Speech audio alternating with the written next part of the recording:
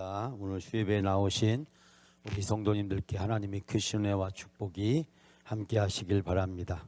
제가 여러분에게 거듭 죄송한 거는 제가 목이 약간 지금 갔는데요.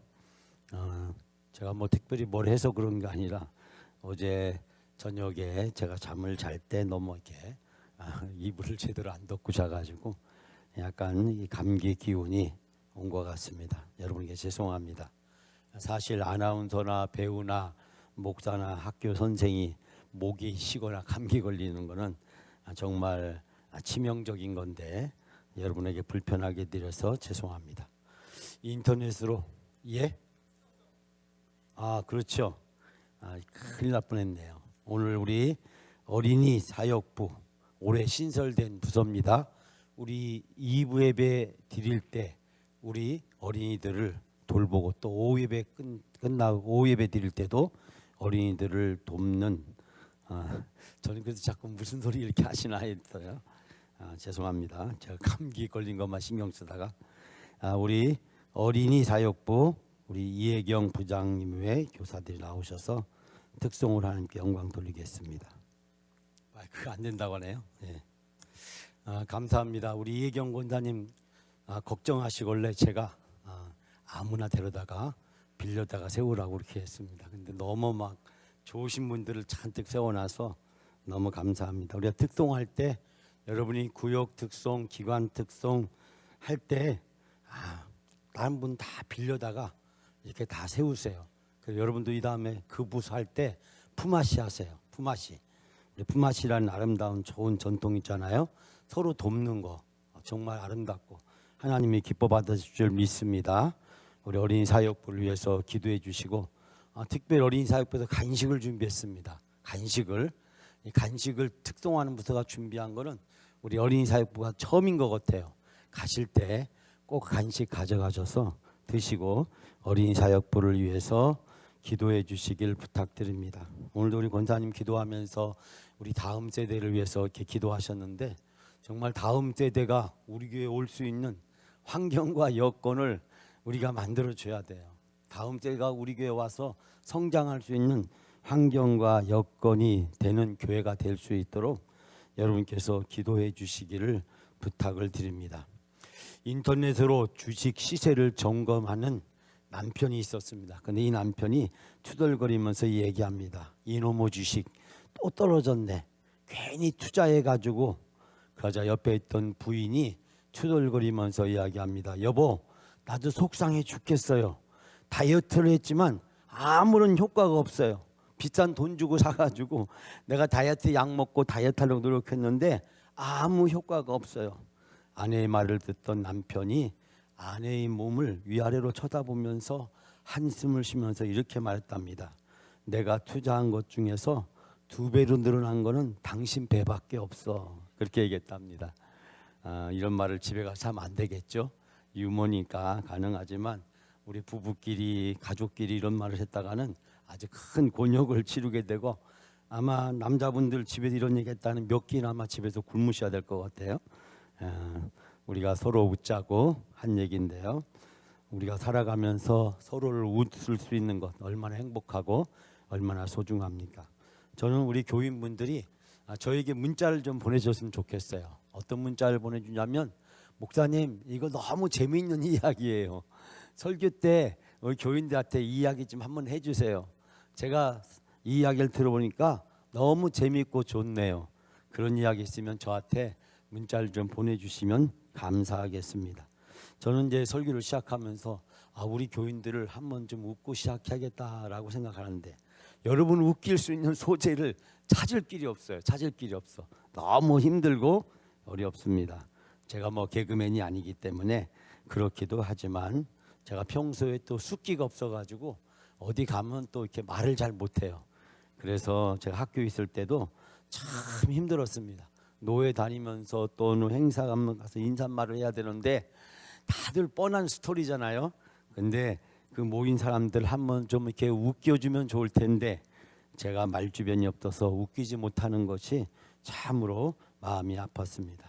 여러분 오늘 사도행전 말씀 이제 제가 조금 계획을 좀 바꾸기로 했는데요. 앞으로 주일 낮에만 사도행전 말씀을 하고 수요일 날에는 명품보다 빛나는 신앙 시리즈를 제가 하려고 합니다.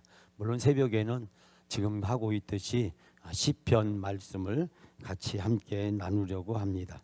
제가 주일도 사도행전, 우리 수요일 저녁도 사도행전, 그렇게 하면서 제가 생각해 보니까 우리 교인분들이 우리 목사님은 내 입만 열면 사도행전 얘기만 하나, 맨날 그 얘기가 그 얘기 같은데 왜 그 얘기를 왜 또 하시나. 저도 설교 준비를 막 하다 보니까 맨날 이 얘기가 그 얘기 같고 또 그 얘기가 그 얘기 같고, 아니 안디옥 교회나 뭐 예루살렘 교회나 또 루스드라에 있던 교회나 더베 교회나 다들 교회들이 약간씩만 다르지, 또 교회가 어떻게 보면 이 교회가 겪는 일이나 또 저 교회가 겪는 일이나 다 똑같다는 생각을 많이 하게 됩니다. 노예 가서 이런저런 교회 이야기들을 듣다 보면은 결국 이 교회 얘기나 저 교회 얘기나 큰 차이가 없다라는 생각이 들기도 합니다. 사도행전 15장 말씀은 우리가 2주 동안 함께 나눴듯이 예루살렘에서 열렸던 최초의 총회 이야기를 하고 있습니다. 이 총회는 기독교 역사의 중요한 분수령이 됐다라고 제가 말씀드렸는데, 그것은 바로 이제 기독교가 유대교와 결별을 하고 독자적인 길을 걷게 되는 결정적인 회의가 바로 이 예루살렘 총회였습니다. 즉 지금까지는 기독교나 유대교나 다 같은 한 가족이라고 생각을 하게 되었는데, 이제 유대교는 오직 율법으로, 그러나 기독교는 오직 믿음으로 구원을 받는다. 여러분, 오직 율법으로 구원을 받는다는 것과 오직 믿음으로 구원을 받는다는 것은 엄청난 큰 차이가 있죠.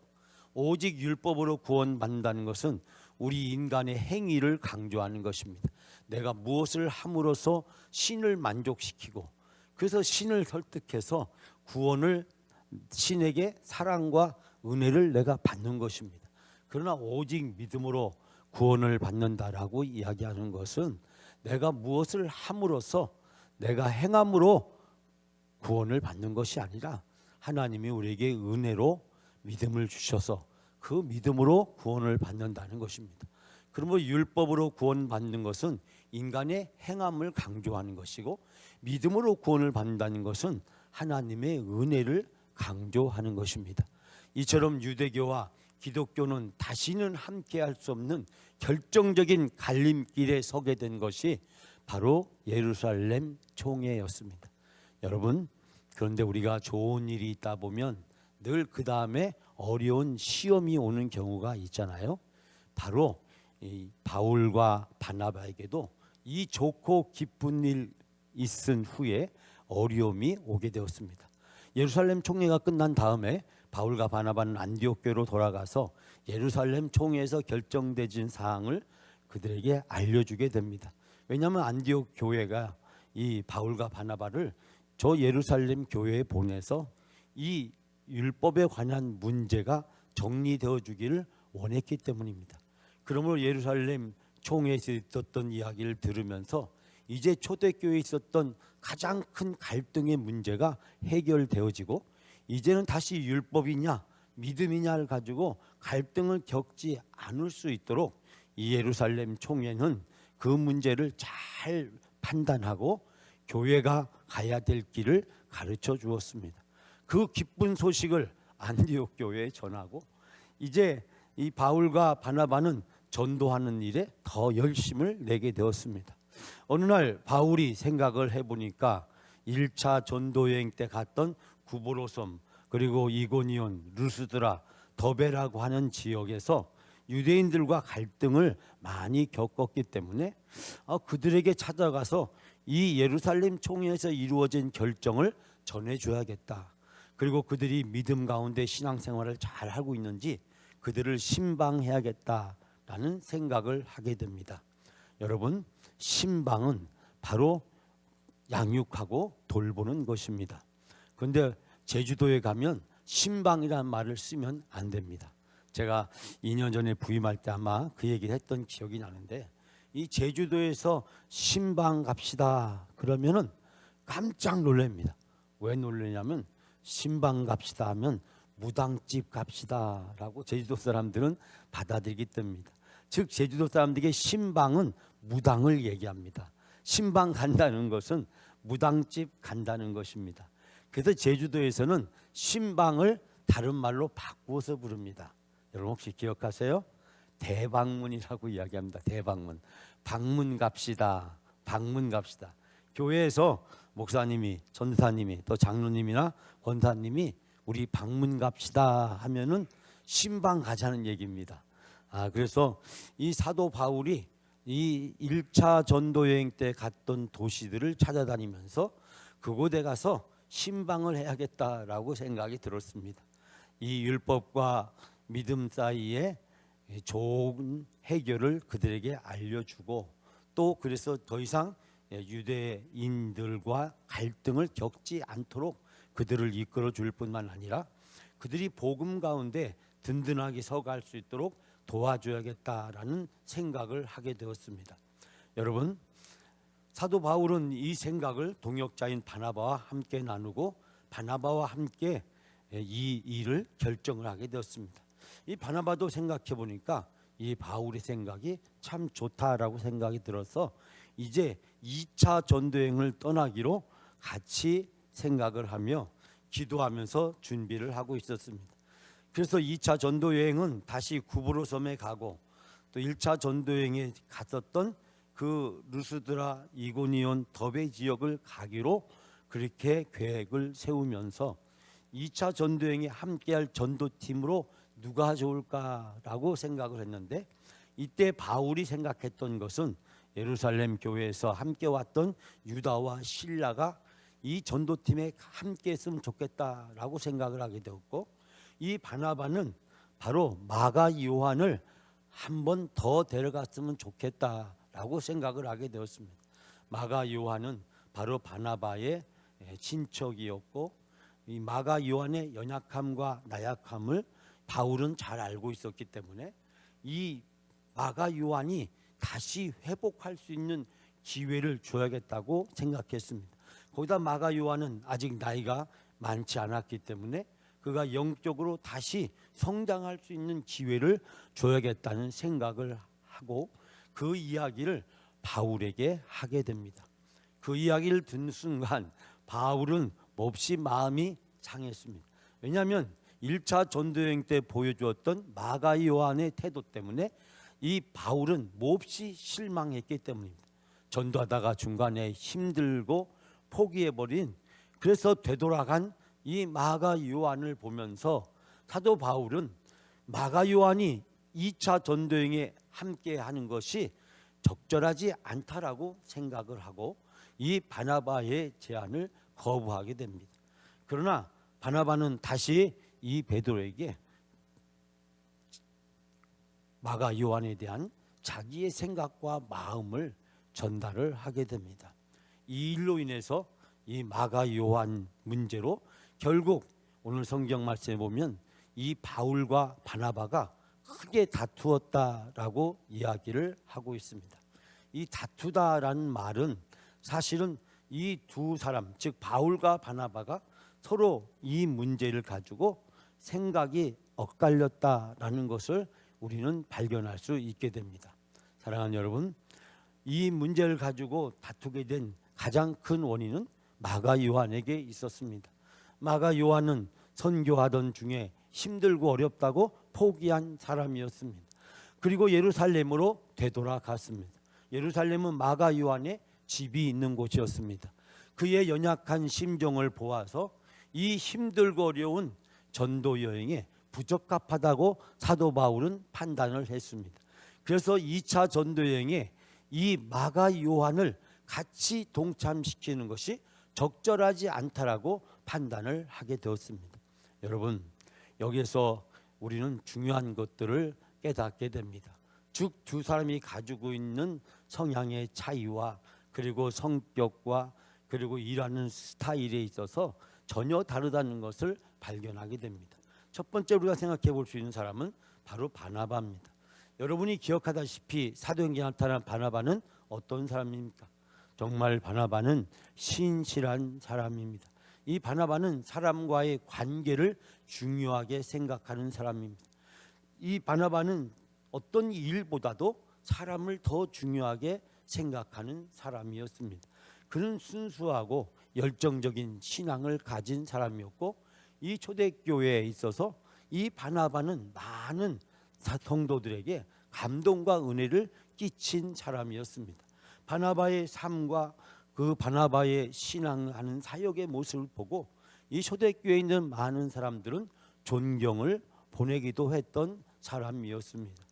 여러분 알다시피 이 사도 바울이 다메섹에서 그가 예수님을 만난 이후에 다소에서 있을 때 그 사도 바울을 찾아가서 그 바울을 안디옥에 데려다가 그 안디옥에서 함께 동역한 사람이 바로 바나바였습니다.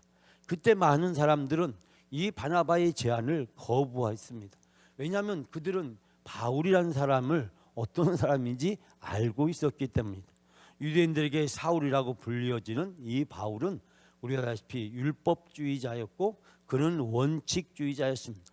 그는 이성적이고 합리적인 것을 중시하는 사람이었습니다.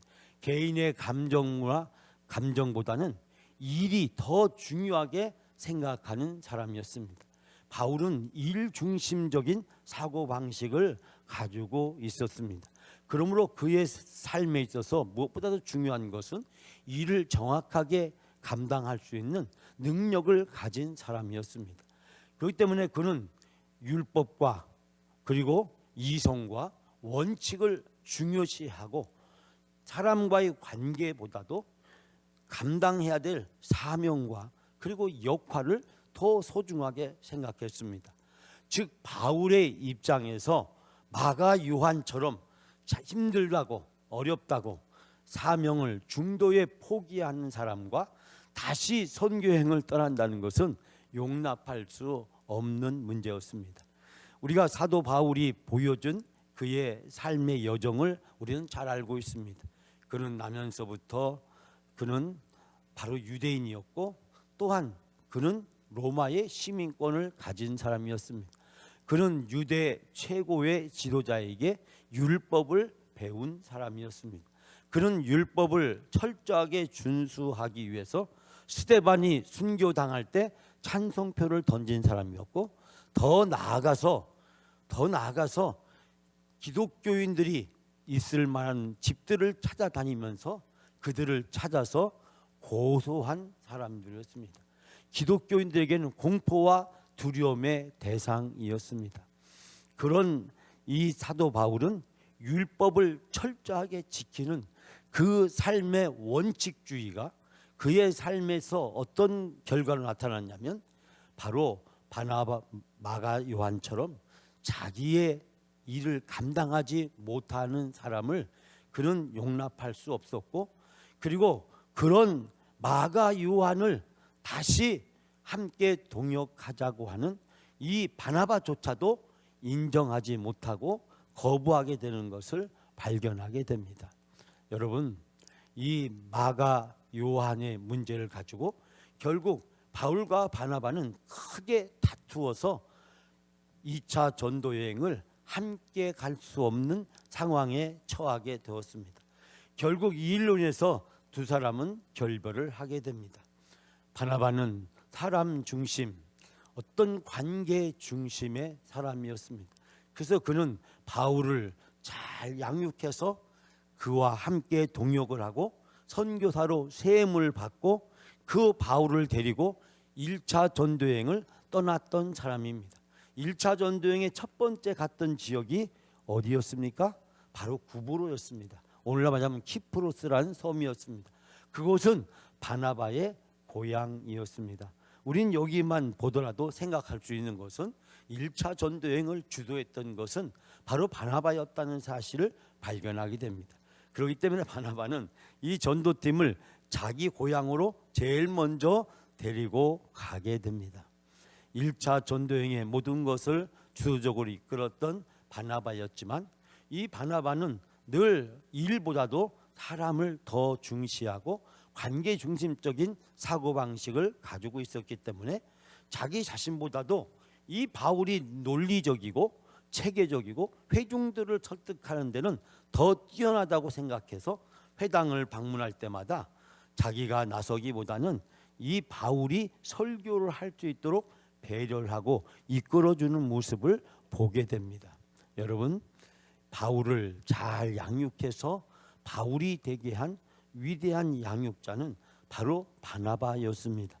그리고 이 마가 요한을 잘 양육해서 1차 전도여행의 실패를 만회하고 하나님께 귀하게 쓰임받을 때 맞는 사람도 바로 바나바였습니다.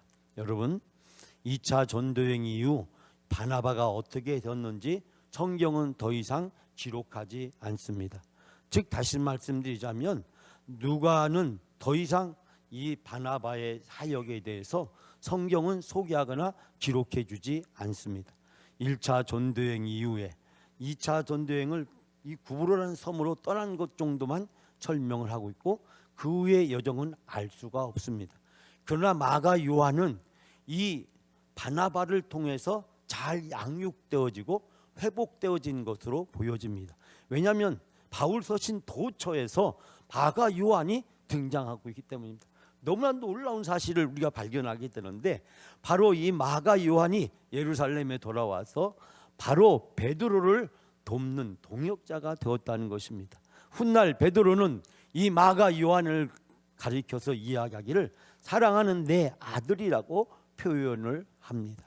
그리고 베드로 전후서를 기록할 수 있도록 베드로를 돕습니다. 베드로는 사실 문맹이었다라고 많은 학자들은 그렇게 이야기합니다. 즉 베드로 전후서의 탁월한 문체와 그리고 체계적이고 조직적인 기록을 할 수 있었던 것은 마가 요한의 전적인 도움 때문이었다라고 이야기합니다. 더더군다나 이 베드로가 헬라인이 거주하던 이방인 지역에 가서 설교할 때마다 통역을 해준 사람도 바로 마가 요한이었다라고 이야기합니다. 그렇기 때문에 베드로의 사역에 있어서 이 마가 요한은 거의 절대적인 역할을 하게 되는 것을 보게 됩니다. 베드로의 후계자는 바로 마가 요한이었다라고 할 정도로 베드로에게 있어서 마가 요한의 역할은 너무나도 중요했다는 사실을 발견하게 됩니다. 여기서 마가 요한의 역할은 그치지 않습니다. 로마의 감옥에서 마지막 죽음을 기다리고 있었을 때 그 사도 바울의 곁에서 사도 바울을 옥중에서 시중을 들었던 사람이 바로 마가 요한이었습니다. 우린 그 사실을 통해서 발견하게 된 것은 바나바와 2차 여행을 떠났던 구브로 섬에서 마가 요한이 신앙적으로 영적으로 회복되어지고 그가 마가 요한이 이 바나바를 통해서 온전히 설 수 있도록 훈련을 받았음을 보게 됩니다. 즉 바나바는 사람을 세우는, 사람을 양육하는 귀한 사명을 잘 감당한 사람이었다는 사실을 발견하게 됩니다. 사랑하는 여러분, 2차 전도여행은 결국 두 팀으로 나누어져서 여행을 떠나게 됩니다. 첫 번째 팀은 방금 말씀드렸듯이 바나바와 마가 요한은 이 구브로 그 섬으로 가게 됩니다. 그리고 2차 전도여행이 이 사도 바울은 실라를 데리고 이제 다른 길로 2차 전도여행을 시작하게 됩니다. 바나바가 구브로 섬으로 갔기 때문에 이 바울은 구브로 섬으로 갈 수가 없었습니다. 처음에 생각했던 계획했던 것과 다르게 자기 고향이었던 다소 지역을 거쳐서 더베와 루스드라와 이고니온 지역으로 복음을 전하러 가게 됩니다. 즉 처음에 계획했던 대로 더베, 루스드라, 이고니온에서 신방을 하면서 예루살렘 총에 있었던 일을 그들에게 전해주고 또 그들에게 말씀으로 양육을 하게 됩니다. 그리고 나서 터키를 거쳐서 저 그리스로 넘어와서 우리가 알고 있는 에베소, 고린도, 아덴 여러 도시들을 다니면서 복음을 전할 수 있게 됩니다. 여러분, 하나님의 기가 막힌 섭리를 우리는 여기에서 발견하게 됩니다. 만약에 바울과 바나바가 마가 요한의 문제를 가지고 다투지 않았더라면 사도 바울의 2차 전도 여행이 아마 구브로 섬을 거쳐서 루스드라, 이고니온, 더베에서 그쳤을지도 모릅니다. 그러나 이 바울과 바나바의 갈등과 그리고 결별이 하나님은 놀라운 역사를 이루는 새로운 변화를 이끌어 가셨음을 발견하게 됩니다. 우리가 때때로 힘들고 어려운 일이 생겼을 때, 어떠한 문제가 생겼을 때 하나님께서 그 문제에 개입하셔서 새로운 일을 이루시는 놀라운 섭리가 있음을 발견하게 됩니다. 여러분, 우리가 힘들다고 해서, 어렵다고 해서, 실패했다고 해서, 어떤 문제가 잘 되지 않았다고 해서 좌절할 필요가 없는 것입니다. 그 상황에서 우리가 기도하고 하나님의 음성을 듣고 그 음성에 순종하게 되면 하나님은 우리를 통해서 생각하지 못했던 새로운 역사를 이루어 가시는 것을 발견하게 됩니다. 1차 전도여행을 성공리에 마치고 2차 전도여행을 계획하고 출발하려고 했던 바나바와 바울의 결별은 새로운 선교의 역사를 쓰게 되었고, 2차 전도여행이 터키, 소아시아 지역을 넘어서 그리스, 마케도니아 지역까지도 복음이 전해지는 놀라운 역사를 이루는 것을 보게 됩니다.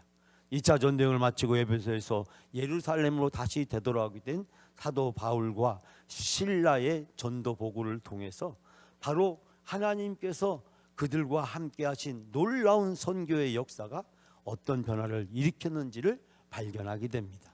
사랑하는 여러분, 우리가 교회에서나 가정에서나 사회에서나 신앙생활을 하면서 때로는 갈등이 생길 수도 있습니다. 우리가 갈등이 생길 때 우리가 대처해야 될 올바른 영적 태도는 무엇입니까? 그 갈등의 상황에 우리의 감정을 대입시키면 안 된다는 것입니다. 여러분, 생각해 보십시오. 마가 요한의 문제를 가지고 바울과 바나바가 그렇게 다툴 일이었습니까? 그것이 본질적인 문제였습니까? 복음에 관한 문제였습니까? 구원에 관한 문제였습니까? 교회에 대한 문제였습니까? 믿음에 대한 문제였습니까? 아니었습니다. 한 연약하고 한 실수가 많고 아직 부족한 사람 마가 요한에 관한 문제였습니다. 본질적이도 않은 문제였는데 이 바나바와 바울이 심하게 다투었다라고 이야기하고 있습니다. 여러분, 우리가 어떤 일을 잘 하게 되었을 때 그 일을 마치고 나서 때로는 시험이 찾아오게 되는 것을 발견하게 됩니다. 1차 전도여행을 마치고 예루살렘 총회를 마치고 이제 교회와 선교가 가야 될 방향을 확립하게 된 그 놀라운 사건 다음에 바로 바울과 바나바가 싸우게 되는, 그리고 다투게 되는 것은 사소한 비본질적인 문제였고 감정적인 문제였습니다. 우리가 많은 갈등의 원인들을 살펴보면 본질적인 문제 때문에 다투는 것이 아니라 감정적인 문제로 다투는 것을 보게 됩니다. 부부지간에도, 부모 자식 간에도, 교회 안에서 같은 성도들끼리, 사회에서도, 직장에서도 우리가 다른 사람과 다투게 되는 것이 감정의 문제로, 사소한 문제로, 비본질적인 문제를 가지고 다투어서 서로 상처를 주고받는 경우가 얼마나 많습니까? 바울과 바나바가 심히 다투어서 서로 상처를 많이 받았습니다. 상처를 받지 않을 일이었지만 그들이 이 영적인 시험과 위기를 극복하지 못한 것으로 보여집니다. 저는 잘 되었을 때 사탄과 마귀는 반드시 우리를 흔들고 유혹합니다. 그렇기 때문에 어떤 일이 끝났을 때 우리는 더 기도해야 되고 더 조심해야 되고 더 겸손해야 됩니다. 그렇지 않으면 우리가 자고하기가 쉽고 그 자고는 자기의 감정과 주장과 생각을 양보하거나 포기하지 않습니다. 왜 바울은 자기의 생각을 포기하지 못했을까요? 왜 그는 원칙주의적으로 일 중심만 그는 주장했을까요? 왜 바나바는 마가 요한의 실수와 허물이 선교에 얼마나 큰 장애가 될 수 있다는 걸, 다른 선교 팀원들에게 상처를 줄 수 있다는 것을 생각하지 못했을까요? 왜 바울과 바나바는 서로를 배려하지 못했을까요? 여러분, 일이 잘 되었을 때, 그리고 성공이라고 생각했을 때, 바로 그때 사탄과 마귀는 우리의 마음을 흔들고 우리를 자고하게 만듭니다. 바울도 자고했고 이 바나바도 자고한 것입니다. 그들이 교만한 것입니다. 그렇기 때문에 사소한 문제로, 중요하지도 않은 문제를 가지고 그들이 심하게 다투고 결국 결별할 정도로 다투었다라는 것은 그들의 다툼이 얼마나 심했는가라는 것을 발견하게 됩니다. 사실은 이 문제라기보다는 두 사람의 성품이 전혀 다르기 때문에 이 성품이 다른 두 사람이 충돌했을 때 생겨진 결과들을 우리에게 이야기해주고 있습니다.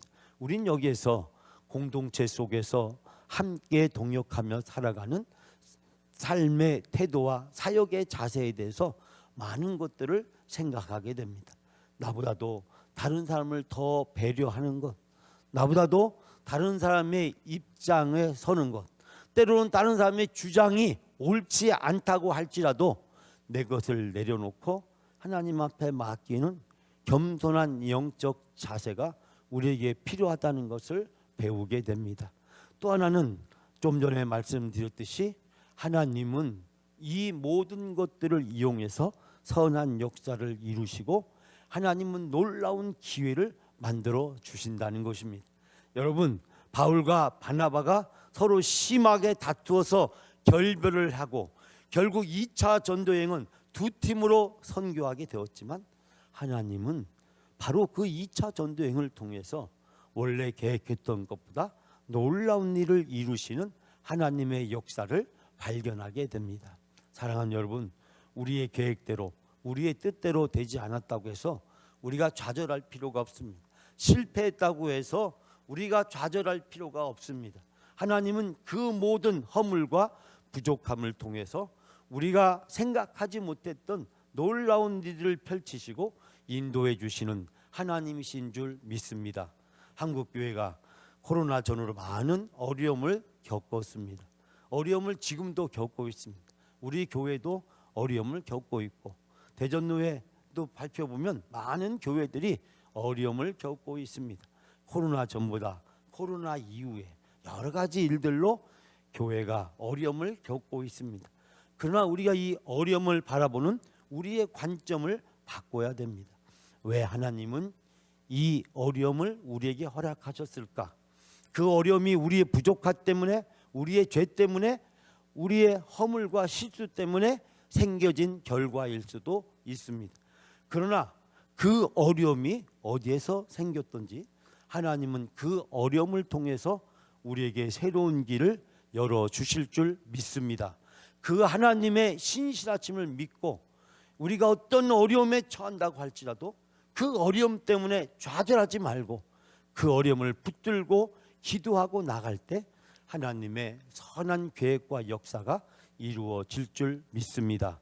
우리 영광교회, 하나님이 어려움이 있었지만 그 어려움을 통해서 다시 영광교회가 일어설 수 있고 영광교회를 향한 하나님의 선한 계획이 이루어지는 전환점이 될 줄 믿습니다. 바울과 바나바가 결별하였을 때 이제 선교는 끝났다, 절망의 선언이 아니라 새로운 하나님의 역사의 시작이었음을 우리는 본문에서 발견하면서 우리 인생을 살아가면서 신앙생활을 하면서 많은 영적 도전을 발견할 수 있게 됩니다. 사랑하는 여러분, 우리의 어려움, 우리의 실수, 우리의 실패, 하나님의 새로운 기회인 줄 믿습니다.